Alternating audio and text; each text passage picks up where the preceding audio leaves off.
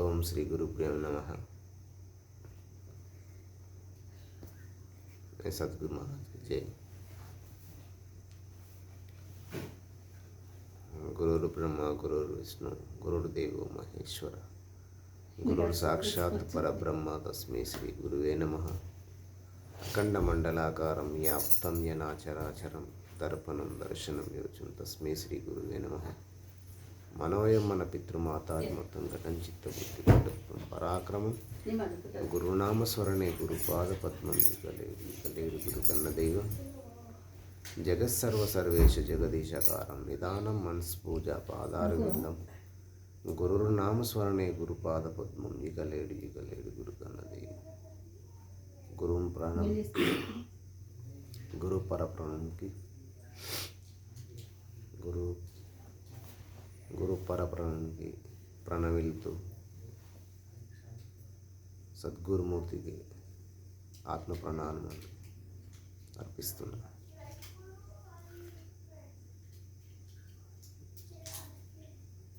సద్గురుమూర్తి అనగా ఈ జగత్తులో సర్వాంతర్యామైనటువంటి పరబ్రహ్మ స్వరూపం ఏదైతే ఉందో దాన్ని తెలుసుకొని మానవులను ఒక మంచి మార్గంలో నడిపించడానికి పరబ్రహ్మ స్వరూపాన్ని తెలుసుకొని మానవుని లోపల పరబ్రహ్మ స్వరూపం ఉందని తెలుసుకోవడానికి గురువు ఈ సృష్టిని ఏలేటటువంటి పరబ్రహ్మ స్వరూపమే మానవులు గురుతెరిగి ఆత్మసత్కారం తెలుసుకోవాలని దైవ మార్గంని అనుసరించడానికి ఈ సద్గురుమూర్తి పలికినారు.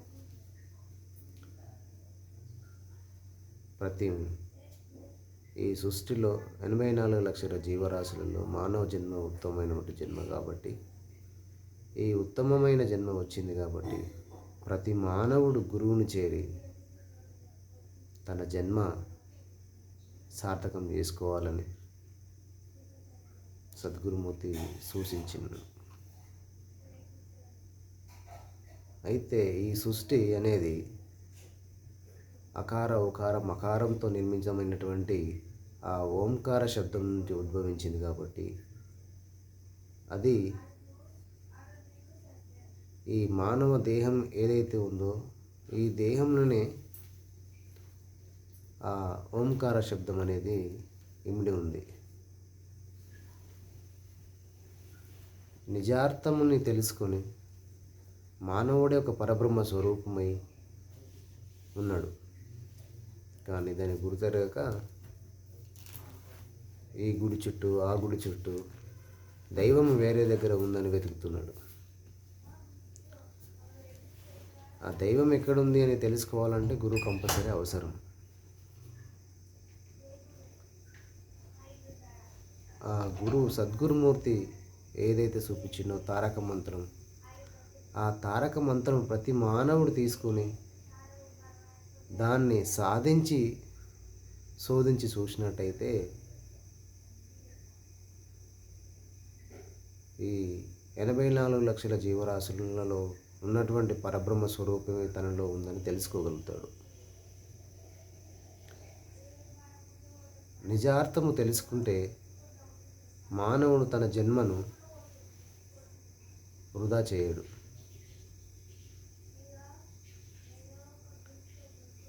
అండపిండ బ్రహ్మాండమంతా నిండినటువంటి సద్గురుమూర్తి ఆ గురువు పాదాన్ని ఎప్పుడైతే శిష్యుడు స్వీకరించి గురు పాదాన్ని పట్టినట్టయితే వాని జన్మ ధన్యమవుతుంది. మంచి మంచి మహానుభావులు, యోగులు, సద్గురు పురుషులు, ఎంతోమంది కలియుగ పురుషులు ఈ భూమి పైనకి వచ్చినారు. ప్రతి ఒక్కరూ దైవం అనేది దైవం సూచించినటువంటి నడవడిలో నడిచి వాళ్ళు మంచి మార్గంలో నశించారు కాబట్టి ఈ మానవులను సద్మార్గంలో నడవడానికి కోసం వాళ్ళు అనేక జన్మలు తీసుకొని ప్రతి మానవుడు ఈ బ్రహ్మాండం అనేటువంటి వేలేటటువంటి సృష్టికర్త ఎవరైతే ఉన్నారో ఆ సృష్టికర్త ఏ విధంగా ఉన్నాడని తెలుసుకోవాలంటే ఆ సద్గురుమూర్తిని ఆశ్రయించాలి. ఆ సద్గురుమూర్తిని ఎప్పుడైతే నువ్వు ఆశ్రయిస్తావో ఈ సర్వము సృష్టి లయం ఏ విధంగా అవుతుంది, సృష్టి ఏ విధంగా ఉంది అనేది నీ దేహంలోనే ఉన్నది. నీ దేహంలో ఆ సద్గురుమూర్తి పెట్టిండు. నీ దేహాన్ని అనుక్షణం నువ్వు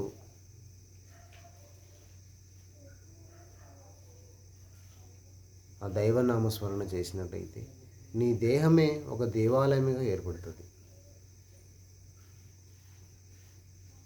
నీ దేహమే ఒక దేవాలయంగా ఏర్పడుతుంది. ఏదైతే పంచభూతాలతో నిర్మితమైనటువంటి ఈ ప్రపంచంలో ఉన్నటువంటి ఈ సృష్టిని పంచభూతాలతో నిర్మితం చేసినటువంటి ఆ సద్గురుమూర్తి పరబ్రహ్మ స్వరూపమై ఉన్నాడు. నీ దేహంలోనే పరబ్రహ్మ స్వరూపమే ఉన్నాడు. ఆ పరబ్రహ్మ స్వరూపం తెలుసుకోవాలంటే ప్రతి మానవుడికి గురువు అవసరం. మంచి మంచి మహానుభావులు, కలియుగ పురుషులు, ఎంతోమంది మహానుభావులు ఈ భూమిపైనకి వచ్చినారు. వారి యొక్క భాషలు వేరైనా వాళ్ళు చెప్పే భావం మాత్రం ఒకటే. ఏ గురువు అయినా వాళ్ళు సాధించి శోధన చేసి ఈ సృష్టికర్త ఏ విధంగా అయితే నిర్మితమై ఉన్నాడో ఆ పంచభూతాలతో నిర్మితమైందే నీ దేహం.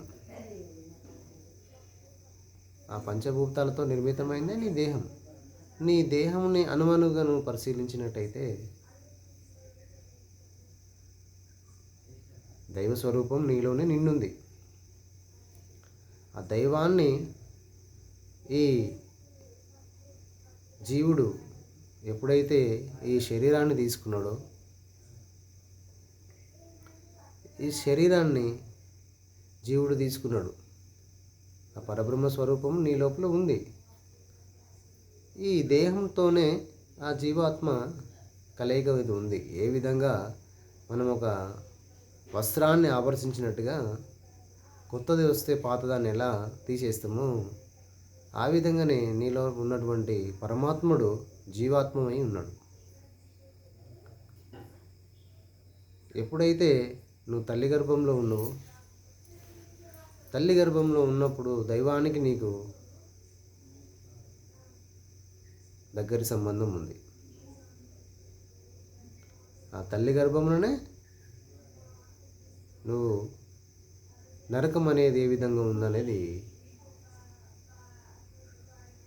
ఎరిగేయచ్చు. నువ్వు ఆ దైవంలో కనెక్ట్ అయి ఉన్నప్పుడు నువ్వు తల్లి గర్భం నుంచి ఎప్పుడైతే బయటకు వెళ్ళినావో అప్పుడు ఆ దైవంతో నీకు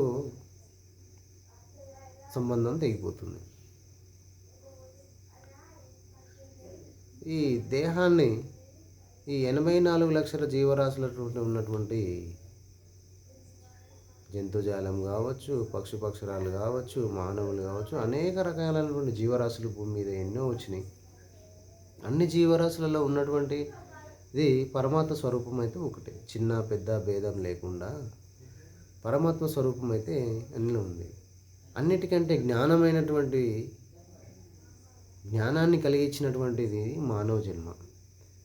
ఈ మానవ జన్మ ఉత్తమమైన జన్మ కాబట్టి నిజార్థం తెలుసుకొని నిన్ను ఎవరైతే పంపించారో నువ్వేం చేస్తానికి వచ్చినావు భూమి మీదకి, ఏం చేసిపోతున్నావు, దాన్ని గ్రహించి గురువు సూచించినటువంటి మార్గంలో నువ్వు నడిచినట్టయితే నీ జన్మ సార్థకం అవుతుంది. ప్రతి మానవుడు వస్తుండు పోతుండు భూమి మీదకి. ఆ ఉన్నన్ని రోజులు మానవుడు ఇది నాది అది నాది అని ఒక వెర్రి వేషం వేసి డబ్బు, ధనము, భార్య, బిడ్డలు అన్నిటిపైనటువంటి మమకారం పెంచుకొని ఈ జన్మను వృధా చేస్తుండు. ఈ మానవ జన్మ వృధా కాకుండా ఉండాలంటే నువ్వు ఏ విధంగా వచ్చినావు, అంతిమ కాలం టైం ఏ విధంగా పోతున్నాము అనేది అది తెలుసుకొని ఏది నీది కాదు అనే భావన ఎప్పుడైతే నీలో ఏర్పడుతుందో అప్పుడే ఆ సద్గురుమురు చూపించినటువంటి మార్గాన్ని ఎంచుకొని అమరత్వం చెందుతావు. గురువు ఎందుకు అవసరం అంటే, గురువు లేనిది ఈ ప్రపంచంలో ఈ సృష్టి లయమయ్యేంత వరకు నీ జీవితము ఒక పూల పానకులా కావాలంటే నీకు గురువు అవసరం. ఎంతోమంది మహానుభావులు, శ్రీకృష్ణుడు వచ్చిండు భూమి పైనకు, బ్రహ్మంగారు వచ్చిండు, రాములవారు వచ్చిండు, ఆయనకు గురువు ఉన్నాడు. శ్రీకృష్ణుడు వచ్చిండు, ఆయనకు గురువు ఉన్నాడు. యేసుప్రభు వచ్చిండు, ఆయనకు గురువు ఉన్నాడు. మహమ్మద్ సల్లల్లాహు అలైహి వసల్లం అంటే ఆయన ప్రవక్త వచ్చిండు. ఎంతోమంది మహానుభావులు ఈ భూమి పైనకు వచ్చిరు. ప్రళయము ముందు ఎన్నో సంవత్సరాలు, ఎన్నో ఏళ్ళు ప్రళయం వచ్చినాయి, పోయినాయి. దాంట్లో మానవుని యొక్క నడవడి అంతిమం వస్తుంది, పోతుంది. కానీ ఈ సృష్టిని వేలేవారు ఎవరు? నీకు కావలసిన వస్తువులన్నీ ఇచ్చినవి ఎవరు? పొద్దున లేచి నువ్వు రాత్రి నిద్రించే సమయం వరకు నిన్ను నడిపించేటోడు ఎవడు? నిన్ను నడిపించేటోడు ఎవరు?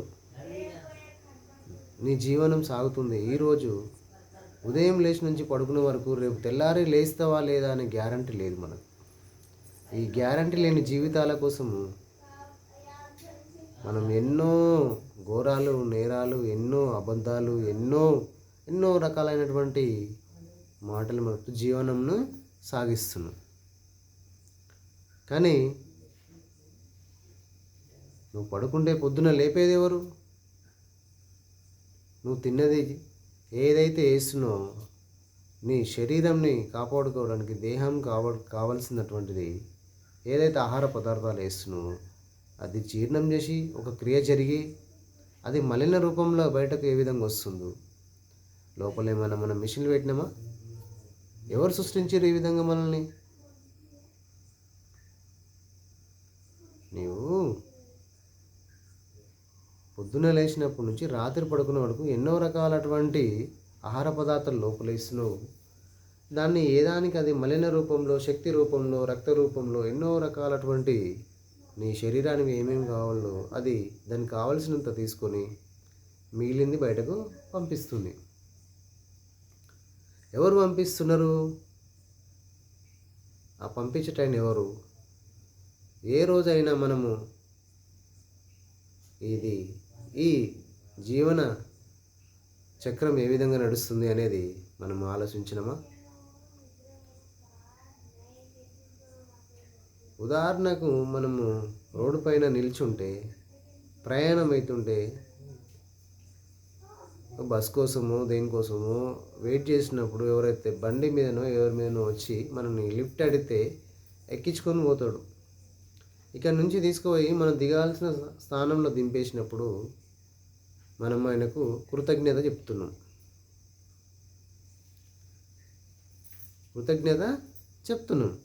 కానీ సర్వము నీ కోసము సృష్టించినటువంటి ఆ భగవత్ స్వరూపానికి నువ్వు ఏ రోజైనా కృతజ్ఞతగా చెప్తున్నామా?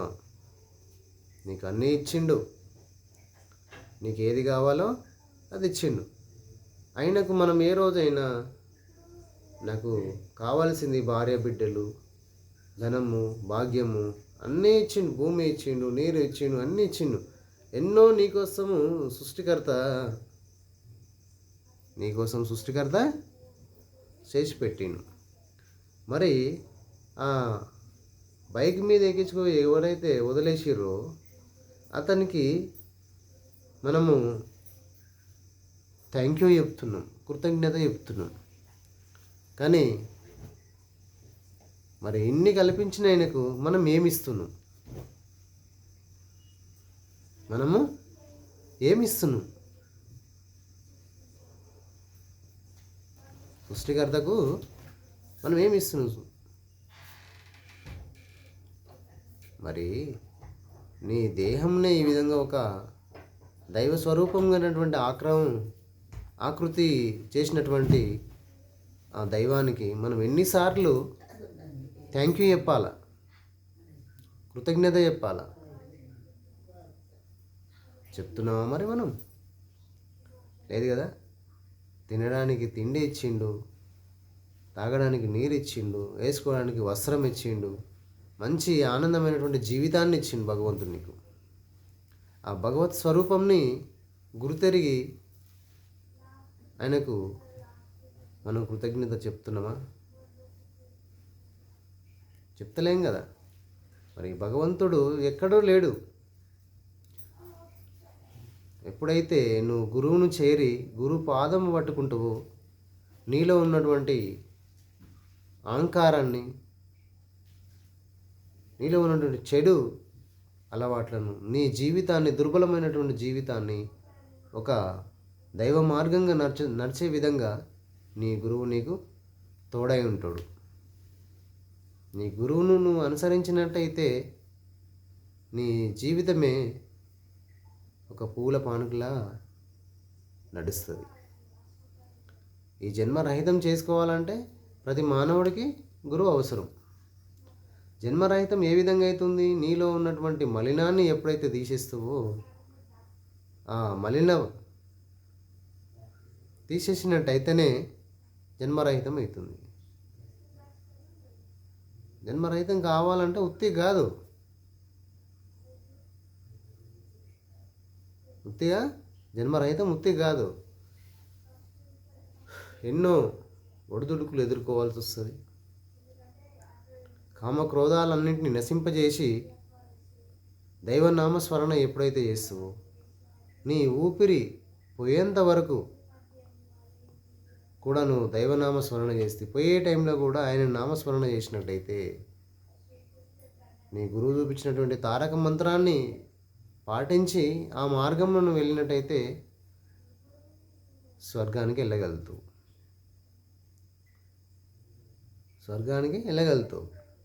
అయ్యో, స్వర్గానికి వెళ్ళిన నువ్వు చూసినావా? నువ్వు పోయినావా? వచ్చినావా?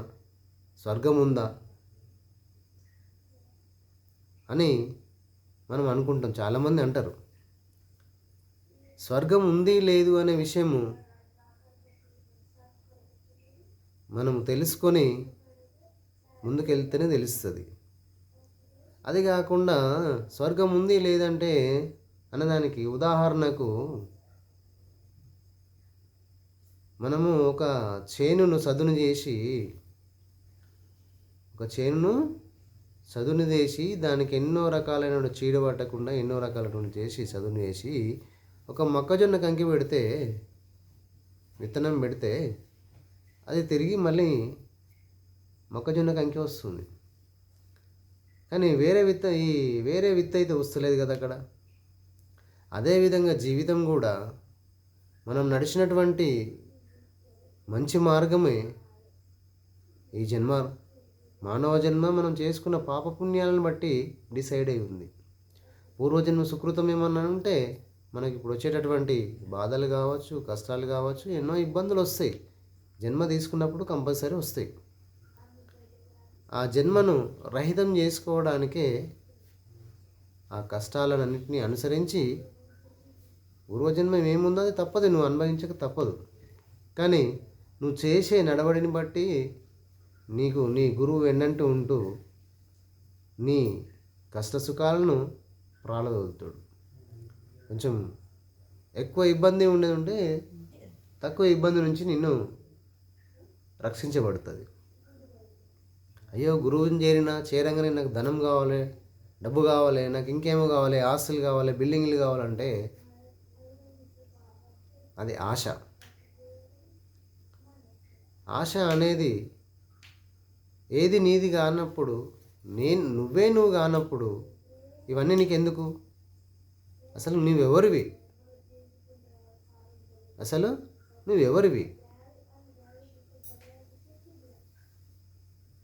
నీకేది కావాలో ఆ దైవము నీకు ఇచ్చేసిండు. కానీ అది కాకుండా నాకు మిద్దెలు, మేడలు, బంగారం, ధనము కావాలంటే అది నీ ఎమ్మడి రాదు కదా, వచ్చేదైతే కాదు కదా. నీ ఎమ్మడి వచ్చేటోడు ఎవరు? నీ గురు రూపము.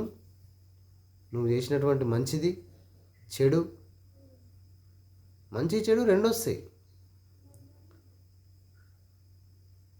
బొందలో పోయినా నువ్వు తీసుకుపోయినా ఈ శరీరాన్ని ఏ విధంగా అయితే ఆత్మ విడిచి వేరే శరీరంలో పోతుందో, నువ్వు చేసే కార్యాచరణ సన్మార్గాన్ని అనుసరించినట్లే ఈ జన్మ ధన్యం కాకపోవచ్చు. కానీ మళ్ళీ జన్మ అంటూ ఉంటే మంచి ఉత్తమమైన జన్మ ఆ దైవం నీకు ఇస్తుంది.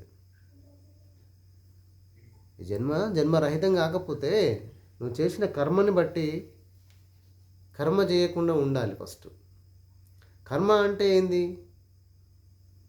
కర్మ అంటే ఏంటంటే ఎప్పుడైతే భగవంతుడు నీకు ఏది ఇస్తుండో, ఆ దైవ స్వరూపం నీకు ఏది ఇస్తుండో దాన్ని స్వీకరించు. అది కాకుండా నువ్వు కోరి తెచ్చుకున్నావు అనుకో, కోరి ఏం తెచ్చుకుంటావు? ఎగ్జాంపుల్, ఒక ఉదాహరణకు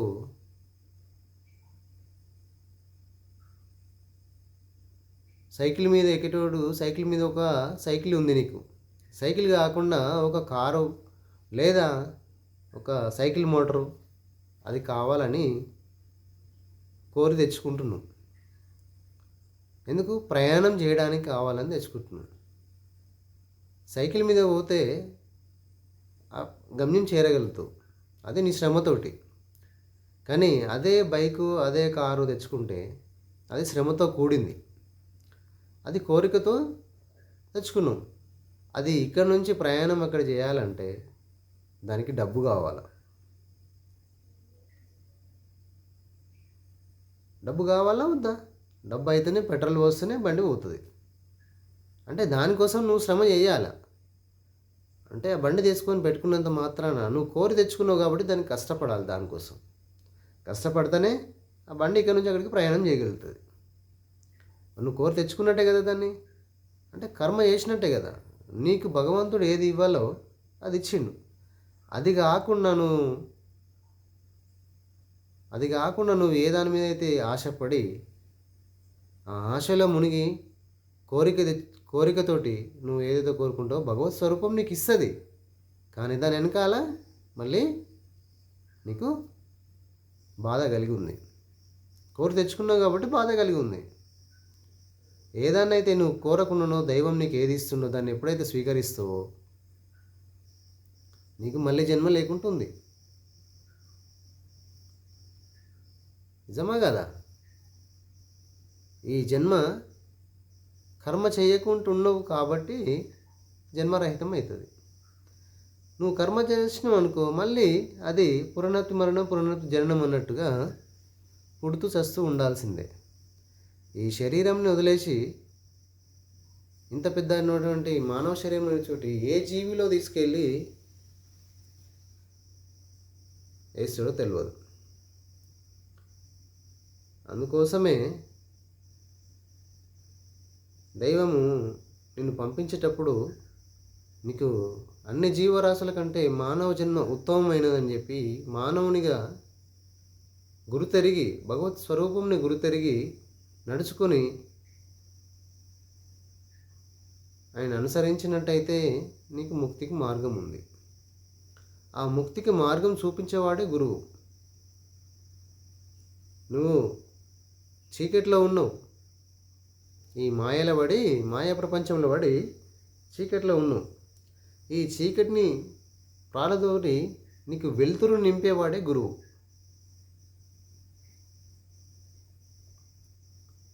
వెలుతురుని నింపేవాడే గురువు.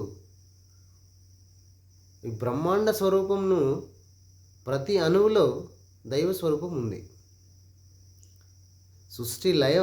సృష్టిని సృష్టించినటువంటి సృష్టికర్త ఇక్కడ అక్కడ అని లేకుండా ప్రతి అణువులో ఉన్నాడు. ప్రతి అణువులో ఉన్నాడు. సూది మన మోపని ప్లే స్థలంలో కూడా ఆయన ఇమిడి ఉన్నాడు. నీ దేహంలో ఉన్నటువంటి పంచభూతాలు ఏవైతే ఉన్నాయో బయట సృష్టిలో బాహ్యంగా కనిపించేటి పంచభూతాలు నీ దేహంలోనే ఉన్నాయి. నీ దేహంలో ఉన్నటువంటి పంచభూతాలను నువ్వు ఎప్పుడైతే గుర్తెరుగుతావో, అది గుర్తెరగాలంటే నీ గురువు ద్వారానే గుర్తెరగలుగుతావు. నువ్వు గురువు ద్వారానే గుర్తెరగలుగుతావు. బయట ఉన్నటువంటి సూర్యచంద్రుడు ఉన్నాడు, నీ లోపలనే ఉన్నాడు. నవగ్రహాలు నీ లోపలనే ఉన్నాయి. పంచభూతాలు నీ లోపలనే ఉన్నాయి. సప్త ధాతువులు నీ లోపలనే ఉన్నాయి. 7 నదులు నీ లోపలనే ఉన్నాయి. బాహ్యంగా కనిపించేటటువంటి ఏవైతే ఉన్నాయో భగవత్సుడు నీ దేహంలోనే ఇమిడి పెట్టిండు. ఇంత పెద్ద శరీరంలో ఉన్నటువంటి ఆకృతి నిర్మితమై చేసినటువంటి ఆ పరబ్రహ్మ స్వరూపానికి మనం రుణపడి ఉన్నాం. ఎన్ని వెర్రి వేషాలు వేసినామో, ఎన్ని వెర్రి వేషాలు వేసినా ఆయన ఏం చెప్తుండంటే, ఒక్క అడుగు నా దిక్కు ఈ బిడ్డ, 2వ అడుగు నేను నీ దిక్కు వేస్తా అని చెప్తుండు. ఎందుకోసం చెప్తుండు? సద్గురుమూర్తి రాయి రప్పలో లేగుడు. నీవే ఒక దైవ స్వరూపము, నీవే ఒక దేవాలయం. నీలో ఉన్నటువంటి దేవుణ్ణి నువ్వు గుర్తెరుగుమని చెప్తుండు. నీలో ఉన్నటువంటి దేవుణ్ణి నువ్వు గుర్తెరుగుమని చెప్తుండు. అది గుర్తెరగాలంటే మానవ జన్మ అన్ని జీవరాశుల కంటే మానవ జన్మకు ఉత్తమమైన జన్మ. దానికి ఆలోచించే శక్తినిచ్చిండు, జ్ఞానం ఇచ్చిండు, అన్ని రకాలు కావాల్సింది నీకు ఏది కావాలో అది ఇచ్చిండు. కాబట్టి నువ్వు ఆలోచించి దైవాన్ని నీలో ఉన్నని తెలుసుకోమని చెప్తుండు. అది అందరితో కాదు, ప్రతి మానవుడు గురువుని చేరి తనలో ఉన్నటువంటి ఆంతరంగికమైనటువంటి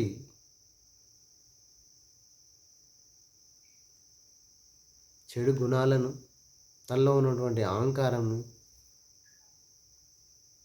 అన్నిటినీ ఎప్పుడైతే ప్రాలదోరుతుందో అప్పుడు తనే ఒక దైవ స్వరూపం అని తెలుసుకోగలుగుతాడు. అది తెలవాలంటే కంపల్సరీ గురువు అవసరం. ఏ గురువు అయినా కావచ్చు, గురువు అవసరం. గురువుతోటే సార్థకం. అందుకే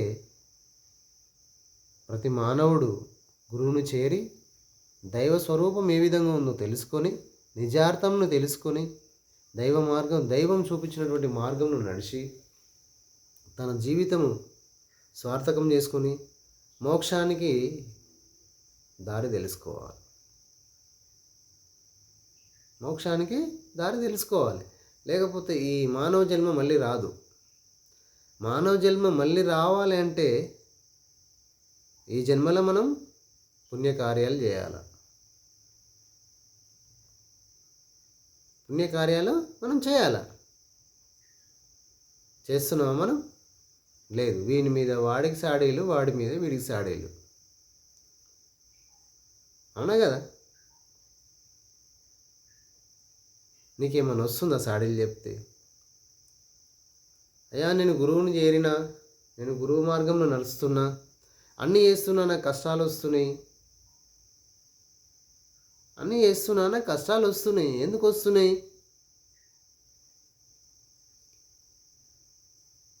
ఈరోజు గురువు ముందటి పోగానే మనం ఒక వేషం వేసి గురువు సాటు పోగానే మళ్ళీ మనం వేదాస్థానానికి వస్తున్నామా? గురువు ముందట ఉన్నప్పుడు గురువు నడవడి నడుస్తున్నాం. గురువు తర్వాత వచ్చి నన్ను ఎవరు చూస్తున్నారు అని చెప్పేసి తెలిసి తెలియక అన్ని తప్పులు చేస్తున్నాం.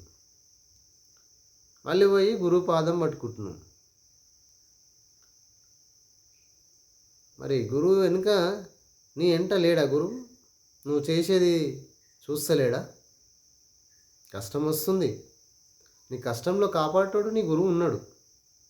దానికి నీకు భయం ఎందుకు? తప్పు చేస్తున్నావు, మళ్ళీ దాన్ని కడిగేసుకోవడానికి గురువు దగ్గరికి పోతున్నావు. నాకు కష్టం వస్తుందని చెప్తున్నావు. మరి అదే గురువు ముందట నడిచినటువంటి మార్గాన్ని గురువు వెనుక కూడా నడువు. నువ్వు ఏ పని చేసినా నీ ఆత్మని, నీలో ఉన్నటువంటి భగవత్ స్వరూపము నీకు చెప్తుంది. మంచి చేస్తున్నావా చెడు చేస్తున్నావా అనేది నీ లోపల ఉన్నటువంటి వాడే నీకు గుర్తిస్తుండు. ఆడికి పోయిన తర్వాత నేను గురువుని నమ్ముకున్నా, నాకు బాధలు వస్తున్నాయి, నాకు కష్టాలు వస్తున్నాయి అంటే రావా? మరి రావా? నువ్వు చేసిందే కదా, నువ్వు చేసిన తప్పే. వాడి మీద ఇప్పుడు ఒక పుణ్యాత్ముడు ఉన్నాడు, ఒక పాపాత్ముడు ఉన్నాడు. పుణ్యాత్ముడు రోజు ఆ దైవ దర్శనం చేసుకుంటున్నాడు, పాపాత్ముడు ఎన్నో పనులు చేస్తున్నాడు. ఆ పని చేస్తున్నప్పుడు ఈ పుణ్యాత్ముడు ఆ పాపతుని ఏలెత్తి చూపించి వాడు పాపం చేస్తుండు ఇట్లా అట్లా అని మాట్లాడితే వాడు చేసిన పాపం పుణ్యాత్మునికి ట్రాన్స్లేషన్ అవుతుంది, పాపం చేసినోనికేమో పుణ్యం వస్తుంది. పాపం చేసినోనికేమో పుణ్యం వస్తుంది, పుణ్యాత్మునికేమో పాపం వస్తుంది. పాపం ఎందుకు వస్తుంది పుణ్యాత్మునికి? ఆడు చేసినటువంటి దాంట్లో నువ్వు లెక్క కట్టినావు, నీదేందో నువ్వు ఏడు. ఆయన చేసే పాపాన్ని నువ్వు లెక్క కట్టినావు కాబట్టి ఆయన చేసిన పాపం అంతా నీకు ట్రాన్స్ఫర్ అయింది, నువ్వు బాధ అనుభవించాల్సి వస్తుంది. అందుకే నీ కళ్ళ ముందర తప్పు జరిగితే తప్పని చెప్పి వదిలేసేయి. ఒకవేళ దాన్ని నువ్వు సాడీలు చెప్పడము చేయడం అది చేస్తే నువ్వు చేసిన పుణ్యమంతా వానికి పోతుంది, వాడు చేసిన పాపం అంతా నీకు వస్తుంది. అందుకోసం ఒకరి జీవితాలకు మనం అడుగు పెట్టద్దు.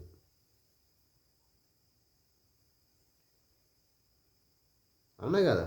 ఒకరి జీవితంలోకి మనం అడుగు ఎప్పుడైతే పెడతామో అప్పుడు నీలో ఉన్నటువంటి మంచి భగవంతుడు వాడిని ట్రాన్స్ఫర్ చేస్తాడు. వాడిని చెడిది కర్మ నీకు అంటుకుంటుంది. అందుకే నిజార్థం తెలుసుకొని ఒకరికి అన్యాయం చేయకుండా, ఒకరి మీద సాడీలు చెప్పకుండా, ఎప్పుడైతే దైవం చూపించినటువంటి మార్గాన్ని నువ్వు అనుసరిస్తున్నావో, నీ గురువు చూపించినటువంటి మార్గాన్ని నువ్వు అనుసరిస్తున్నావో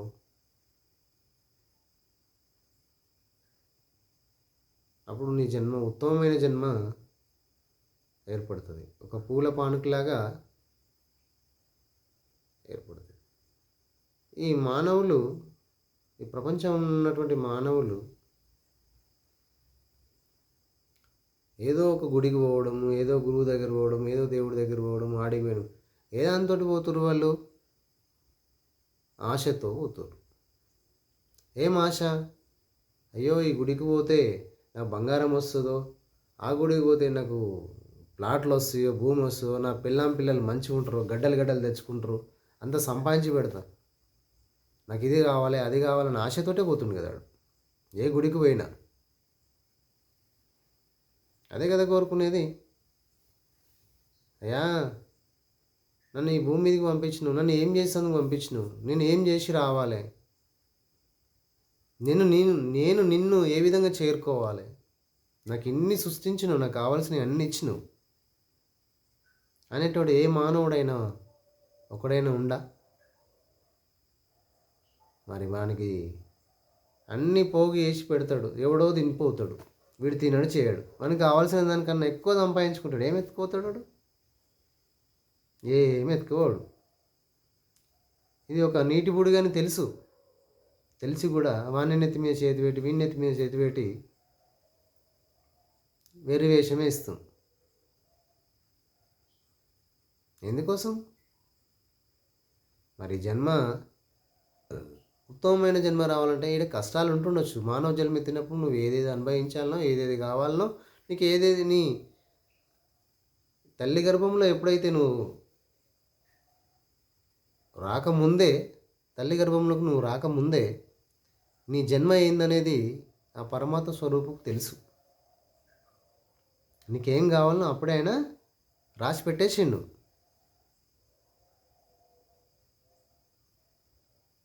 నీకేం కావాలనో ఆయన అప్పుడే రాసి పెట్టాడు. కానీ మనం ఏం చేస్తున్నాం? ఎన్నో చేస్తున్నాం, కానీ ఇది ఉత్తమమైన జన్మ కాదు. అందుకోసం నేను ఏమంటున్నా అంటే, మానవుడు ఆ దైవము పంపించినటువంటి దైవాన్ని మర్చిపోయి వెర్రి వేషం వేసి తిరుగుతుండు. కాబట్టి ఈ ప్రపంచంలో డబ్బు ధనంతో ఉంది, కానీ అక్కడ స్వర్గంలో ఏముంది అంటే, నువ్వు ఎన్నెన్ని మంచి కార్యాలు చేస్తున్నావు, భగవంతుని నామస్మరణ చేస్తున్నావు, ఒకరికి దారి చూపిస్తున్నావు, నీ గురువు చూపించినటువంటి మార్గంలో నువ్వు నడిచినట్టయితే నీకు స్వర్గానికి దారం ఉంది.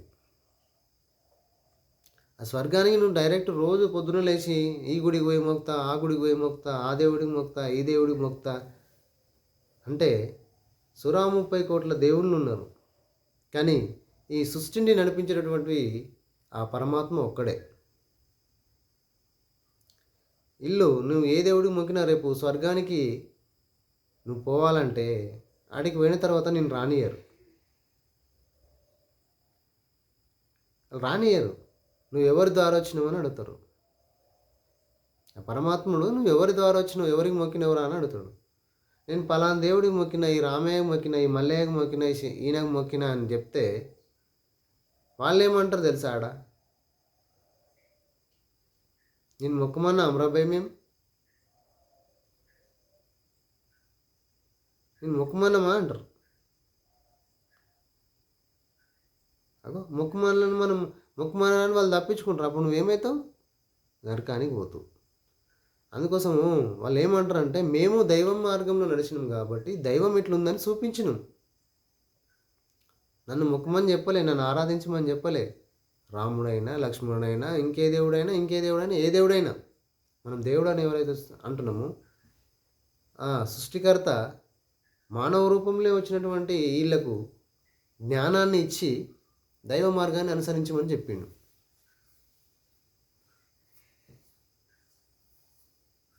దైవ మార్గాన్ని అనుసరించమన్నాడు. ఎందుకంటే ఎవరో ఒకరు కావాలి కదా మరి మనకు చెప్పాలంటే. దైవం ఇట్లుందని సూచించేటోడు కావాలి కదా. మనము వాళ్ళని దైవమును వేరే ఉన్నను వదిలేసి ఎవరైతే మనకు ఈ మహానుభావులు వచ్చారో, కలియుగ పురుషులు వచ్చారో వాళ్ళని దైవంగా భావించి శిలాశల్పాలు చేసుకొని రాతి బొమ్మలకు మనం మొక్కుతున్నాం. రాతి బొమ్మలో ఉన్నటువంటి దైవ స్వరూపం నీతో మాట్లాడగలుగుతుందా? కలగదు. అదే నీ గురుమూర్తి నీకు వచ్చినటువంటి బాధలు కానీ, సుఖాలు కానీ, సంతోషాలు కానీ, కష్టాలు కానీ ఏదైనా నీ గురువు ద్వారా నువ్వు విన్నపించుకున్నట్టయితే నీ గురువు పలుకుతాడు.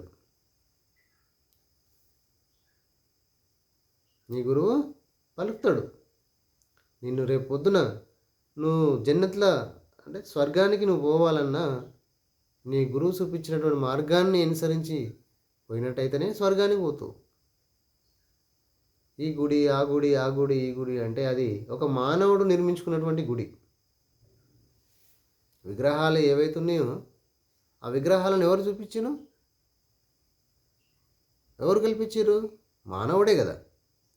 మరి మానవుడు నిర్మించుకున్నటువంటి గుడి దగ్గరికి మనం మానవుడే పోయి మొక్కితే ఫలితం ఏముంది?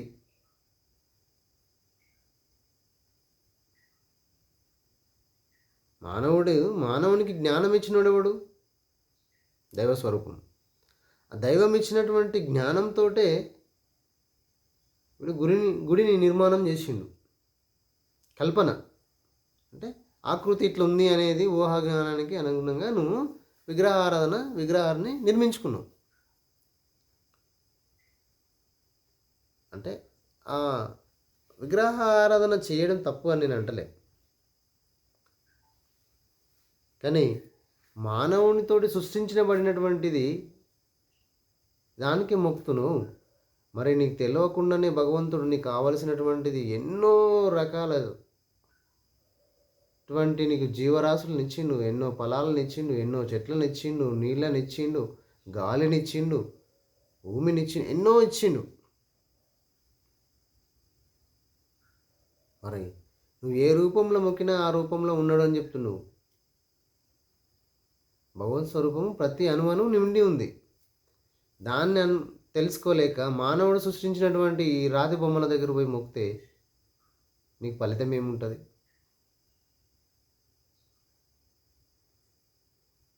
భగవంతుడు ఏమంటుండంటే ప్రతి అణువణువు నిండి ఉన్నాడు, అది బయట కూడా లేడరా నాయన, నీ లోపలే ఉందని చెప్తున్నాడు.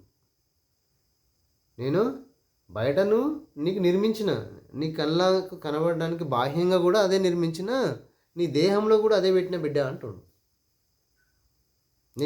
నేనున్నా అంటుండు. దైవము బయట ఉన్నా, నీ లోపల కూడా ఉన్నా. నీ దేహమే ఒక దేవాలయం.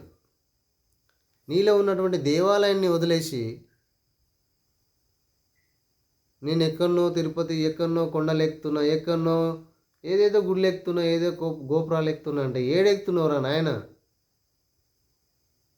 అది నీ కంటి చూపు కోసమే. ఆ తిరుపతి, ఆ శ్రీశైలము, ఇవి ఉన్నటువంటి మానవుడు నిర్మించినటువంటి వాళ్ళు నడిచిన నడవడిని బట్టి మానవుని గుర్తెరిగి విగ్రహారాధన చేసి ఒక విగ్రహం స్థాపించి గుళ్ళు కట్టారు. మరి నీ దేహంనే ఒక గుడిలాగా మార్చిన నేను. ఎవరు? పరమాత్ముడు నీ దేహంనే ఒక గుడిలాగా మార్చిండు. ఆ గుడిలో ఉన్నటువంటి ప్రతి అణువు ఒక దైవ స్వరూపమే. అవునా కదా? ప్రతి అణువు, నీలోపల ఉన్నటువంటి ప్రతి అణువు దైవ స్వరూపంతో ఉంది. చూడు, నీకు కాలి గోర్ల నుంచి మొదలు పెడితే నెత్తి తల వెంట్రుకల వరకు నీకు ఏమేం కావాలో అన్ని ఇచ్చిండు. మరి ఇంత పెద్ద ఆకృతి దైవ స్వరూపమై ఉన్నప్పుడు నిన్ను నువ్వు గౌరవించుకోక, నిన్ను నువ్వు తెలుసుకోలేక, భగవంత్ స్వరూపం నీ దగ్గర ఉందని తెలుసుకోలేక ఎక్కడెక్కడనో తిరుగుతున్నావు. ఎక్కడ తిరిగినా మోక్షం లేదు. ఎక్కడ తిరిగినా మోక్షం లేదు. నీలో ఉన్నటువంటి జీవుణ్ణి తెలుసుకొని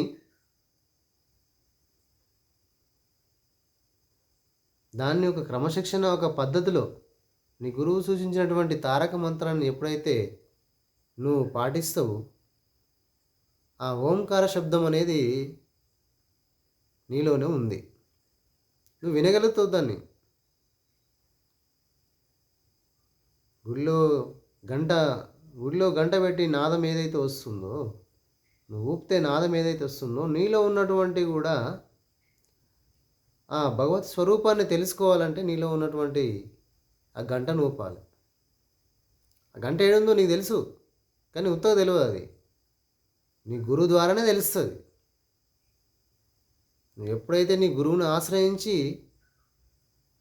గురువు ఇచ్చినటువంటి తారక మంత్రాన్ని ఎప్పుడైతే నువ్వు సాధన చేస్తావో, సాధన చేసినటువంటి బాహ్యంగా ఉండేటువంటి ఎన్నో పంచభూతాలతో నిర్మితమై ఉంది. ఆ పంచభూతాలు నీ లోపల ఉన్నాయి, అది తెలుసుకోగలుగుతావు.